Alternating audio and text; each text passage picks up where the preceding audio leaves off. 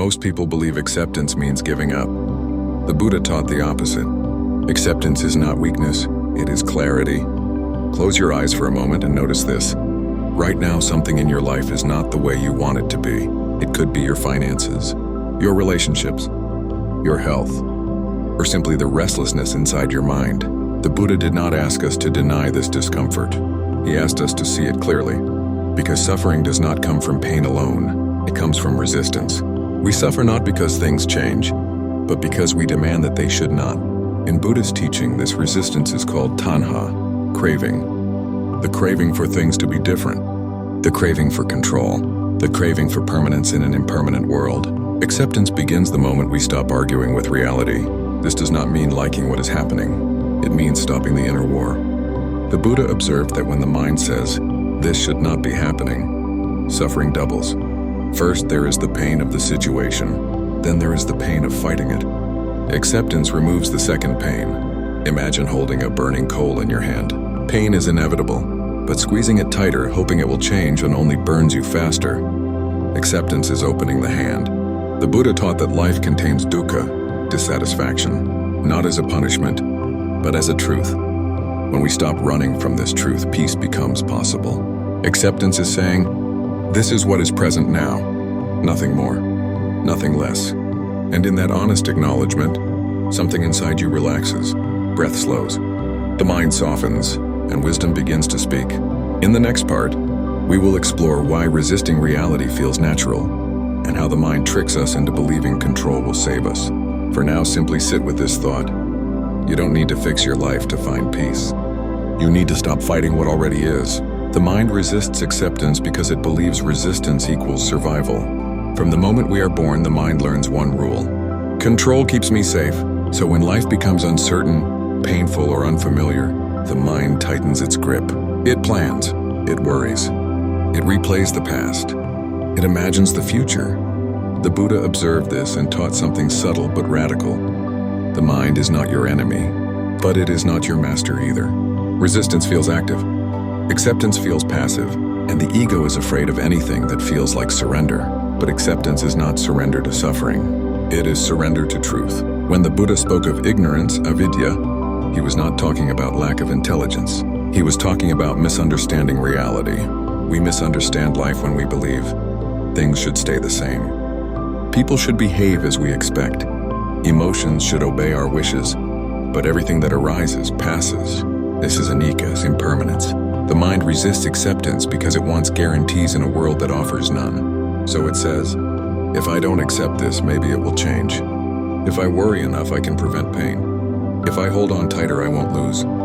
The Buddha gently pointed out the irony. The tighter we hold, the more we suffer. Acceptance does not stop action.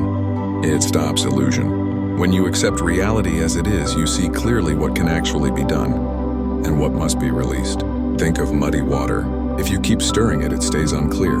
If you let it settle, clarity emerges on its own. Acceptance is letting the water settle. This is why the Buddha emphasized right understanding before right action. You cannot change what you refuse to see. You cannot heal what you deny, and you cannot find peace while fighting reality. Acceptance says, this moment is already here. Let me meet it honestly. And strangely, once the mind stops resisting, energy becomes available. Compassion arises. Wisdom sharpens. Action becomes precise instead of frantic. Acceptance is not the end of movement. It is the end of unnecessary struggle. Before we continue, pause for a breath. Inhale slowly. Exhale fully. Notice what you've been resisting today, not to judge it, just to see it. The Buddha taught that freedom does not come from rearranging life. It comes from understanding it. When acceptance is present, something remarkable happens. Suffering loosens its grip. Why? Because acceptance breaks identification. Normally, when pain arises, we say, this is happening to me. I am broken. My life is failing. The Buddha invited us to observe differently. Pain is present. Fear is present. Loss is present. But they are not you. Acceptance creates space between awareness and experience. This is where freedom begins. The Buddha called his practice vipassana, clear seeing. Seeing thoughts as thoughts, emotions as emotions. Life is a flow, not a fixed identity. When you accept an emotion, you stop feeding it with stories. When you accept a situation, you stop exhausting yourself with resistance. Acceptance does not say, "This is all I will ever be." It says, "This is what is here now, and now is always changing." This is why the Buddha never taught blind optimism. He taught realism infused with compassion. Acceptance allows grief to move through you instead of becoming you. It allows fear to be felt instead of controlling you. It allows disappointment to soften into wisdom. Think of a guest knocking at your door. If you refuse to open it, the knocking grows louder. If you open the door and say, "I see you," the guest eventually leaves.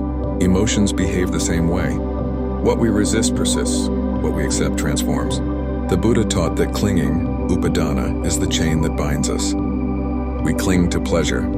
We cling to identity. We cling to outcomes. Acceptance loosens the chain. Not all at once, but gently, breath by breath, moment by moment. This is why acceptance is not a single decision. It is a practice. Each time life disappoints you, you have a choice: to argue with reality or to bow to it and move wisely forward. Acceptance is not passive resignation. It is active presence. It is standing fully in life without armor. Before we move to the final part, pause again. Feel your body where you are sitting. Notice your breath. Notice that in this moment, you are still here, and that is enough. The Buddha never taught acceptance as an abstract idea. He taught it as a way of living. Acceptance begins in small, ordinary moments. When plans fall apart, when someone disappoints you, when your mind refuses to be quiet, instead of asking, "Why is this happening to me?" The Buddha encouraged a gentler question. What is being asked of me in this moment? Acceptance is pausing before reacting. It is allowing the first wave of emotion to pass without judgment. The Buddha taught mindfulness, sati, not to escape life, but to meet it clearly. When anger arises, notice it in the body. When sadness comes, feel its weight without pushing it away. When joy appears, enjoy it, and without clinging. This is acceptance in motion. You do not need to approve of pain to accept it. You only need to stop fighting its existence. Acceptance creates inner space, and in that space, choice appears. You may choose to speak or remain silent, to act or to wait, to let go or to hold gently. Without acceptance, we react blindly. With acceptance, we respond wisely. The Buddha said peace is not found in the future. It is found in seeing the present clearly, not when life becomes perfect, but when resistance ends. So when life feels heavy, remember this: you are not failing because you feel pain. You are human. You are not weak because you accept reality. You are awake. Sit with what is. Breathe with it. Learn from it.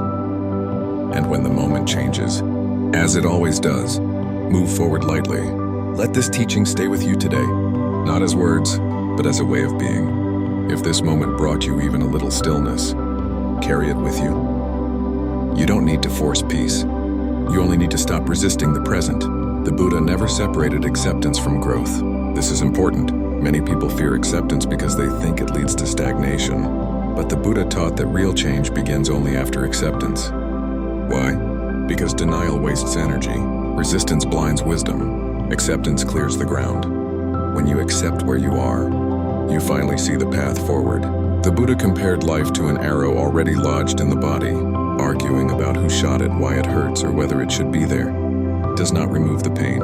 Acceptance says, the arrow is here, what now? From that clarity, right effort becomes possible. Acceptance allows discipline without self-hatred, growth without aggression, transformation without violence toward the self. When you accept your flaws, you can work on them honestly. When you accept your limitations, you can move within them wisely. When you accept impermanence, you stop postponing peace. This is why the Buddha emphasized the middle way, neither forcing life nor abandoning it. Acceptance is balance. It is standing firmly in truth while gently stepping forward. Every moment you accept is a moment reclaimed from suffering. Every breath taken without resistance is a small awakening. And remember this, acceptance does not mean tomorrow will not matter. It means today is no longer an enemy. As this teaching settles, carry one simple practice with you. When discomfort arises, silently say, this too belongs, not forever, not as punishment, but as part of the human experience. And from that softness act, if these teachings speak to you, and you want to continue walking this path of clarity and inner stillness, subscribe to Buddha's Place. This space is for reflection, truth, and quiet transformation. And if you're ready to go deeper, We have created a 7-day guided product to help you practice these teachings daily, step by step, gently, without pressure. You'll find the link in the bio or comment section, available on Seller. Take only what you're ready for. Move at your own pace. Peace is not far away. It is already here, waiting to be noticed.